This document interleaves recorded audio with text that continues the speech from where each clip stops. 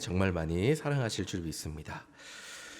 자, 정말 많이 사랑하는 여러분들과 말씀을 나눠보도록 하겠습니다. 전도를 결심하고 전도를 하겠다고 결심해서 오늘 우리 최명규 집사님이라는 분이 부흥회 때 본인이 전도하겠다고 일어난 그 결단을 지킨다고 최명규 집사님이 오늘 전도하려고 직접 나오셨어요. 그래서 전도도 하시고 가셨습니다. 이렇게 전도를 결심하고 전도를 실천하기에 앞서서 가장 큰 적이 무엇일까 한번 생각을 해보았습니다. 가장 큰 적이 무엇일까요? 무엇일까요? 시간, 환경, 돈, 재물, 건강 다 있겠지만 개인마다 다를 거예요, 물론. 근데 제 개인적인 경험으로는 전도를 해보지 않았던 사람이 처음에 나가서 모르는 누군가에게 혹은 평소에 주변 사람들에게 예수의 예자도 말하지 않다가 갑자기 가족들에게 예수님 전하려고 하니 어색하고 그들의 반응이 걱정되는 것. 전도의 가장 큰 적은 저에게는 저였습니다. 제 자신 스스로 걱정하는 거예요. 그런 일이 일어나지도 않을 건데 내가 모르는 사람한테 전하면 저 사람들 반응이 나쁘면 어때? 어떡하지? 하는 거하고 또 가족들한테 예수의 예자도 안 꺼냈었는데 갑자기 꺼내면 분위기 이상해지지 않을까? 하는 그런 마음들, 그런 마음들인 것 같습니다. 그래서 대부분 예수님의 예자도 말해보지 못하고 전도 진짜 어렵다라고 생각하는 경우가 많은 것 같습니다. 자, 저도 그래서 예수님 전하기 어려웠던 것 같은데 신학교 2학년 때 제가 첫 노방전도 나갔었어요, 그때.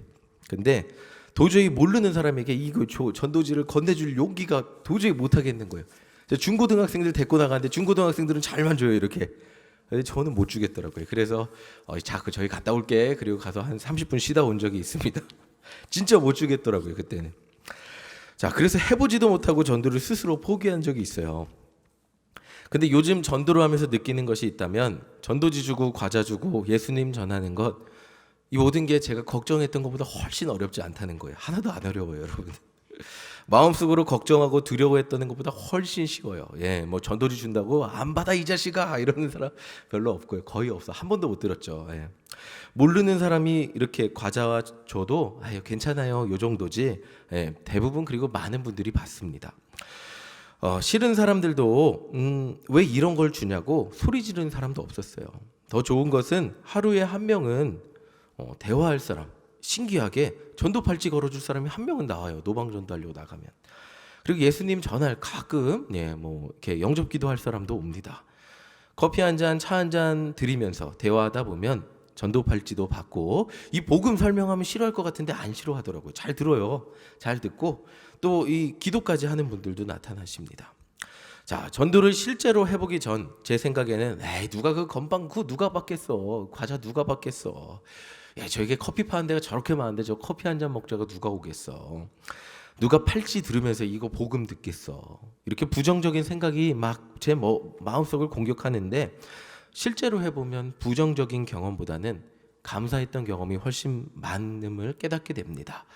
자, 무엇보다 그리스도인으로 예수님의 제자로 살면서 느낄 수 있는 가장 큰 기쁨은 전도 팔찌와 함께 예수님 전할 때 가장 큰 기쁨을 느낄 수 있습니다. 저도 해본 다음에 느낀 거예요. 해보기 전에는 모릅니다. 근데 이게 마음에 참 기쁨과 막 평안이 막 샘솟는 그런 경험은 이 전도 팔찌 드리면서 복음 설명할 때 여러분들 느낄 수 있습니다. 꼭 해보세요.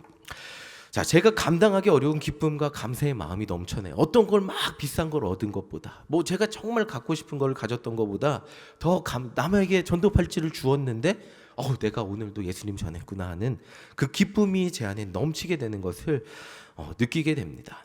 그래서 전도는 해보기 전에는 머릿속으로 걱정도 많고 부정적인 생각도 많이 들지만 실제로 해보면 못할 것이 하나도 없는, 해볼 만한 것임을, 진짜 그리스도인으로 살면서 진짜 내가 예수 믿는 사람으로 숨쉬고 살 수 있게 해주는 가장 귀한 일임을 깨닫게 됩니다. 자, 몇 주 전 이 회원동 주상복합 아파트, SK 주상복합 아파트 뒤편에 이제 건물을 부시고 하나를 지었어요. 그리고 이제 새로 건물을 지은 다음에 그 집에 젤라또, 아이스크림 집, 젤라또 아이스크림은 조금 달라요. 이제 아이스크림 제가 만들었기 때문에 유지방이 40% 이상이 돼야 아이스크림이라고 할 수 있고, 그 밑에는 이제 지방이 떨어지면 아이스크림이라고 못 해요. 그게 법적으로 정해진 거라고 합니다. 그래서 근데 이 젤라또를 파는데, 이 끈적끈적한 아이스크림 이걸 파는데 그분들이 나와서 커피 팔고 있는 집 앞에서 이 커피 주면서 전도하면 되겠냐 그러면서 여기서 하지 말라고 뭐라 그러셨어요. 그래서 알겠다고 하면서 제 마음에 어떤 마음이 들었을까요? 네, 순순히 나가고 싶지 않은 마음이 막 올라와요. 여기 옆에 게스트하우스에서 할 거 우리 맨날 했는데 왜 당신들 오자마자 이렇게 장사 시작하자마자 못하게 하냐 막 이런 말이 막 입에 맴돌았지만 한번 참고 예, 우리는 일주일에 한 번, 한두 시간 정도만 전도하고 또 같은 동네 주민인데 단골도 되고 그럴 건데 너무 야박하게 하지 말자고 뭐 이렇게 얘기하면서 다 우리 교인들한테 홍보하면 단골 될 거니까 이렇게 전도 좀 하게 해달라고 이렇게 얘기하면서 멀찍이 떨어져서 그날 전도하고 왔습니다. 그리고 그 아이스크림 집이 실제로 이제 그때는 문을 안 열었을 때인데 실제로 장사를 시작한 다음 전도하러 나가서 우리 8명이 나갔는데 8개 아이스크림을 산 다음에 그 집 손님이 하나도 없었어요. 마침 8개 아이스크림 사면서 또 윤 전도사님이 우리 좀 전도 좀 하겠다고 그러니까 거기 점원이 예, 하셔도 돼요 막 이래갖고 좋은 관계가 맺어져서 전도를 시작하게 된 것 같습니다. 거기서 계속 하게 됐는데 그 후에 저도 개인적으로 가서 아이스크림 사주고 일신교회라고 하면서 그래도 이제 얼굴을 많이 익힌 것 같습니다. 지난주 목요일에도 제가 이제 강사님 호텔 잡아드리고 가니까 이미 저 빼놓고 아이스크림을 드신 슬픈 소식이 있었는데 이렇게 드시면서 관계를 이렇게 잘 맺고 있는 것 같습니다. 전도하면서 찾아온 어려움을 슬기롭게 잘 넘어가는 것에 참 감사할 수 있었습니다. 자, 전도를 해도 사람들은 대부분 이렇게 자기한테 피해가 오지 않으면 크게 신경을 쓰지는 않는 것 같아요. 그냥 주면 오히려 모르는 사람이 과자를 주니까 더 고마워하고 그렇죠. 그런데 이제 아까 아이스크림집처럼 자신들의 이익과 관련이 되게 되면 예민해지기도 해요. 때로는 우리 집에서 이 파는 물건이랑 비슷해지면. 자, 오늘 본문은 바울은 아무것도 없는 이 막막함 속에서 루디아를 만나 빌립보 지역에서 전도 사역을 시작한 직후의 이야기인데 이 어떤 한 사람의 이익과 이게 부딪히는 장면이 나와요. 그 장면을 한번 설명을 드릴게요. 사도 바울은 귀신 들린 여자 한 명을 만나요. 이 귀신 들린 여자가 사도 바울을 쫓아다니면서 이렇게 얘기합니다. 16장 17절 우리 함께 다 같이 읽어보겠습니다. 시작. 그가 바울과 우리를 따라와 소리질러 이르되 이 사람들은 지극히 높은 하나님의 종으로서 구원의 길을 너희에게 전하는 자라 하며. 맞는 말이잖아요. 이 귀신 들린 여자가 정확히 귀신 들린 것 같아요. 그러니까 이 정확히 지극히 높은 하나님의 종으로서 구원의 길을 너희에게 전하는 자라고 외칩니다. 이 말 자체는 아무 문제가 없는데 근데 이 여인이 들린 귀신은 하나님의 영인 귀신이었죠. 그리고 정확히 말하면 그리스의 신탁의 영을 받은 점 보는 사람들이었어요. 그리고 여기가 유다가 아니고 빌립보 그리스 지역이었죠. 여기 이 동네 사람들은 다른 부연 설명 없이 이렇게만 설명해 가장 높은 most high god이라 그러는데 가장 높은 신인 거예요. 그러면 이 most high god이라는 말이 뭐냐면 신이 하나란 뜻이에요, 여러 명이란 뜻이에요, 다수라는 얘기예요. 다수 중에 하나라는 얘기예요. 이게 그리스 신들 자기들이 믿는 보통 사람들이 어떻게 생각하냐면 그리스 신화의 신들이 굉장히 많죠. 그 신 중에 최고의 신의 사자라고 생각했다는 거예요. 그게 제우스의 사자라는 거예요. 그렇게 생각을 한다는 거예요. 자, 그림 보여주세요. 자, 이게 제우스 신상인데 그러니까 이 여자가 귀신 들린 여자가 바울에게 가장 높은 하나님, most high god이라고 설명했을 때는 이 자연스럽게 다른 부연 유대의 하나님, 유대인이 믿는 하나님 이렇게 설명하지 않고 그냥 가장 높은 하나님이라고만 생각했을 때는 이 사람들은 자기들이 아는 세계관 속에서 이렇게 생각한다는 거예요. 제우스의 사자구나. 자, 그냥 그 그림 이제 넘겨주시고 지금 이 귀신 들린 여인은 언뜻 들으면 맞는 것 같지만 사람들의 머리에는 바울이 전하는 유일하신 하나님을 전하는 것이 아니라 그들이 믿는 제우스를 보게 만드는 거예요. 그리고 바울을 마치 제우스 신을 전하는 사람같이 묘사하고 있는 거예요. 그래서 참다가 바울은 이렇게 얘기합니다. 18절 함께 읽겠습니다. 시작. 이같이 여러 날을 하는지라 바울이 심히 괴로워하여 돌이켜 그 귀신에게 이르되 예수 그리스도의 이름으로 내가 내게 명하노니 그에게서 나오라 하니 귀신이 즉시 나오니라. 자, 이게 뭐냐면 이제 바울이 더 이상 안 되겠다 싶어서 그리스 신화와 제우스를 가장 큰 신이라고 믿는 사람들 앞에서 누구의 이름으로 귀신을 내쫓아요? 예수 그리스도의 이름으로 지금 귀신을 내쫓는 거예요. 사람들은 바울을, 제우스를 믿는 사람, 신적인 능력자로 인식할 수 있었는데 그 사람들 앞에서 지금 바울은 자신은, 나는 제우스의 사자도 아니고 제우스를 믿는 사람도 아니고 예수 그리스도의 이름으로 그리스의 신탁을 받아 귀신 들린 여인, 그리스의 신들이 들어간 그 귀신 들린 여인을 예수의 이름으로 내쫓고 있는 거예요. 자, 다시 말하면 이 동네 사람들에게 이방인 사도 바울이 믿는 예수 그리스도가 이 여인에게 임했던 그리스의 신들보다 높고 위대하시다는 것을 보여주고 있는 사건이라는 거예요. 지금도 선교지에 가면 예수의 이름으로 기도할 때 그 땅의 토속 신들이, 귀신들이 떠나간다는 선교사님들의 간증을 어렵지 않게 들을 수 있죠. 이것으로 증명되는 것이 있다면 유일하신 하나님은 이 땅을 붙들고 있는 그 지역의 어떤 귀신들보다, 세력보다 강하고 위대하시다는 거예요. 예수의 이름이 선포될 때 악한 영의 세력이 붙들고 있던 그 땅에 예수의 이름에 회복이 일어난다는 것이 지금 이 장면이 보여주고 있는 것입니다. 근데 재미있는 사실이 있어요. 이 귀신 들린 여인이 점을 쳐서 이제 돈을 벌었던, 이제 그 귀신 들린 여인의 주인이 있죠. 근데 이제 그 여인한테서 귀신이 나가니까 돈 벌 수 있을까요? 없을까요? 돈 벌 길이 없어졌잖아요. 자신의 밥줄이 끊겼습니다. 그래서 바울과 실라를 재판관 앞에 데리고 가서 이 유대인들이 자신들의 사회 질서를 문란하게 한다고 고발하고 사람들을 선동했습니다. 그래서 바울과 실라는 얻어맞고 감옥의 가장 깊은 곳에 갇히게 됩니다. 자, 이 구절을 보면서 느낀 게 있어요. 바울은 귀신은 내쫓았는데 사람에게는 얻어맞았습니다. 귀신보다 사람이 무서울 수 있구나. 자, 이 본문을 공부하며 제가 20대 초반에 재미로 받았던 질문이 기억이 났습니다. 인적이 외딴 골목이에요. 한번 여러분들에게 질문해 볼게요. 골목에서 갑자기 뭐 형체를 알 수 없는 하나가 탁 튀어나왔어요. 그게 귀신일까요? 사람일까요? 귀신일 때 여러분에게 더 무서움을 줄까요? 사람일 때 더 무서움을 줄까요? 사람이 나오면 그래요? 귀신이 아니고 소복 입은 여자가 이러고 나오는 거랑 무서운 사람이, 등치 좋은 사람이 나오는 거랑 뭐가 더 무서우세요? 귀신, 사람, 둘 다 들리세요? 자, 생각해 보니까 사람이 더 무서울 수도 있어요. 그렇죠? 외딴 골목에서. 자, 그리고 친구들한테 그때 물어봤던 기억이 나요. 야, 친구, 사람이 무섭겠냐, 귀신이 무섭겠냐? 친구들도 야, 사람이 더 무서울 수도 있겠는데 라는 대답을 들었던 기억이 납니다. 그때는 친구들과 웃자고 한 이야기였는데 지금 생각하니까 꼭 그런 것 같지만은 않아요. 사람이 더 무서울 수도 있겠죠.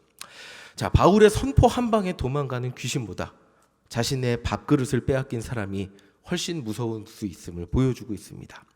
한 사람을 지배하는 영을 가지고 본다면 한 지역을 붙잡고 있는 귀신의 세력들보다 온 인류를 붙잡고 있는 재물, 돈, 이 만몬의 세력, 그것이 자기에게 먹고 사는 문제라는 것이 위협받았을 때 어떤 격렬한 반응이 일어나는지 우리는 보게 됩니다. 내 먹고 사는 문제 앞에서 뭐 어떻게 화나고 분노하고 때리는 장면을 보면서 그 세력이 더 셀 수도 있음을 보게 됩니다. 자, 그렇게 바울은 감옥에 갇혀요. 16장 23절, 우리 24절 다 같이 함께 읽어보겠습니다. 시작.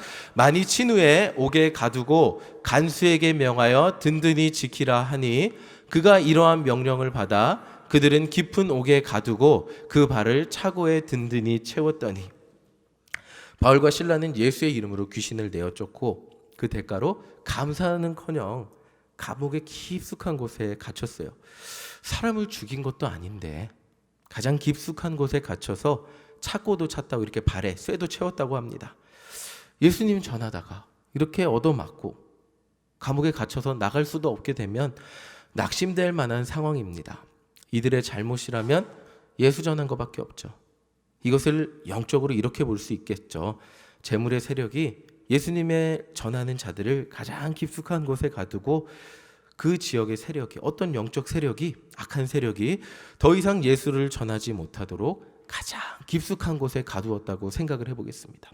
자, 빌립보 지역을 붙들고 있던 영적 세력들, 돈의 세력들, 재물의 세력들, 이것들이 예수를 전하는 바울과 실라를 때리고 그들의 마음을 꺾어버리고 감옥의 가장 깊숙한 곳에 가둬서 낙심하게 만들었어요. 근데 이들은 낙심하지 않고 하나님을 찬양합니다. 25절 우리 함께 읽어보겠습니다. 함께 읽겠습니다. 시작. 한밤중에 바울과 실라가 기도하고 하나님을 찬송하며 죄수들이 듣더라. 바울과 실라는 낙심할 수도 있었는데 낙심하지 않고 찬양합니다. 예수님을 전한 것 때문에 그렇게 얻어맞았어도, 감옥에 갇혔어도 하나님은 위대하시고 변함없으시고 거룩하시다고 하나님 의지하면서 찬양합니다. 좌절할 만도 한데, 믿음이 흔들릴 만도 한데 그래도 한결같이 찬양합니다. 그때 기적이 일어나죠. 26절 우리 함께 읽겠습니다. 시작. 이에 갑자기 큰 지진이 나서 옥터가 움직이고 문이 곧 다 열리며 모든 사람의 매인 것이 다 벗어진지라. 예수님을 믿고 예수님을 전하는 바울과 실라가 이방 세력이 가득한 그곳에서, 그들을 깊숙이 가둔 그곳에서 하나님을 찬양할 때 하나님께서 지진을 일으키셔서 그들을 자유롭게 하십니다. 세상 어떤 이방의 신들과 세력들도 하나님을 믿고 전하는 바울과 실라를 가둘 수 없다는 것을 보여주는 것이 바로 이 장면입니다. 어떤 영의 세력이, 어떤 인간의 세력이 바울과 실라를 감옥의 가장 깊숙한 곳, 예수를 더 이상 전하지 못하게 그곳에 가두어 버린다 할지라도 우리가 그것을 좌절하지 않고 하나님을 찬양할 때 그것이 하나님께서는 그곳에 묶인 것을 자유롭게 하시고 복음 전파가 막히지 않게 하심을, 자유롭게 하심을, 바울과 실라를 결코 가둘 수 없다는 것을 지금 이 장면이 보여주고 있습니다. 이방신이 가득했던 빌립보에서 가장 높은 분은 하나님이시라는 것이 다시 한번 놀랍게 선포되는 장면입니다. 사도행전의 주제가 지난번에도 말씀드렸어요. 복음 전파라는 것을 말씀드렸어요. 자, 이 세상 어떤 세력이 예수의 이름이 전해지는 것을 막 막으려고 그래요. 근데 막을 수 없다는 것이 지금 보여주고 있는 것이 이 장면입니다. 자, 사람을 죽이거나 범죄를 저지른, 중범죄를 저지른 것도 아닌데 왜 하필 그렇게 감옥의 깊숙한 곳에 가두었을까요? 그 이유는 세상의 어떤 깊은 곳도 복음이 전해지는 것을 막을 수 없다는 것을 바울과 실라를 통해 보여주기 위함입니다. 바로 그 다음 장면에 이 장면이 나와요. 그것이 나와요. 보시면, 자, 여기에 하나님 일하심 때문에 피해본 한 사람이 등장하거든요. 그가 누굴까요? 간수예요. 이 당시에는 이 죄수들을 놓치게 되면 간수가 그 형벌을 받았다고 합니다. 고문당하고 죽임을 당했다 그래요. 자, 그래서 27절 보겠습니다. 함께 읽어보겠습니다. 시작. 간수가 자다가 깨어 옥문들이 열린 것을 보고 죄수들이 도망한 줄 생각하고 칼을 빼어 자결하러. 자결하려 그래요. 이제는 내 책임 됐으니까 죽기 싫어갖고 고문당하다 죽느니 그냥 자결하자 이랬다고 설명이 등장합니다. 그때 바울이 등장을 하죠. 28절 함께 읽겠습니다. 28절 함께 읽겠습니다. 시작. 바울이 크게 소리질러 이르되 내 몸을 상하지 말라 우리가 다 여기 있노라 하니.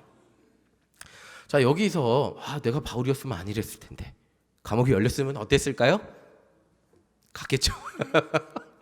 루디아 집으로 바로 갔겠죠. 아니면 도시 바깥으로 나갔겠죠. 근데 바울은 나가지 않았어요. 지금 여기서 찬양을 하고 어떤 이제 하나님의 역사가, 구원의 역사가 일어날 것을 기대했던 것 같아요. 그래서 이 사람이 자결하려고 하자 우리가 다 여기 있다라고 얘기하면서 이제 간수에게 다가갑니다.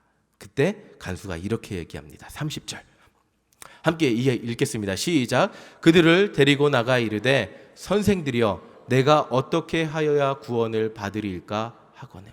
자, 보세요. 이게 이 장면이 뭐냐면 복음을 전하는 바울과 실라를 가장 깊숙한 감옥에 가둬서 도저히 이제 나가지도 못하고 복음 전하지 못하게 만들었는데 그를 지키던 간수에게 복음이 전해지는 거예요. 이 사람이 지금 복음 전하지 못하게 문 잠고 그냥 지키고 있는 그 사람에게 복음이 전해지고 있는 거예요. 아무리 꽁꽁 싸매고 복음을 전하지 못하게 꽁꽁 싸매고 깊은 곳에 가둔다 할지라도 복음이 간수에게 전해지고 있는 거예요. 아무리 막으려고 해도 막아지지 않는 거예요. 간수는 내가 어떻게 하여야 구원을 받으리까? 이렇게 물어보고 있습니다.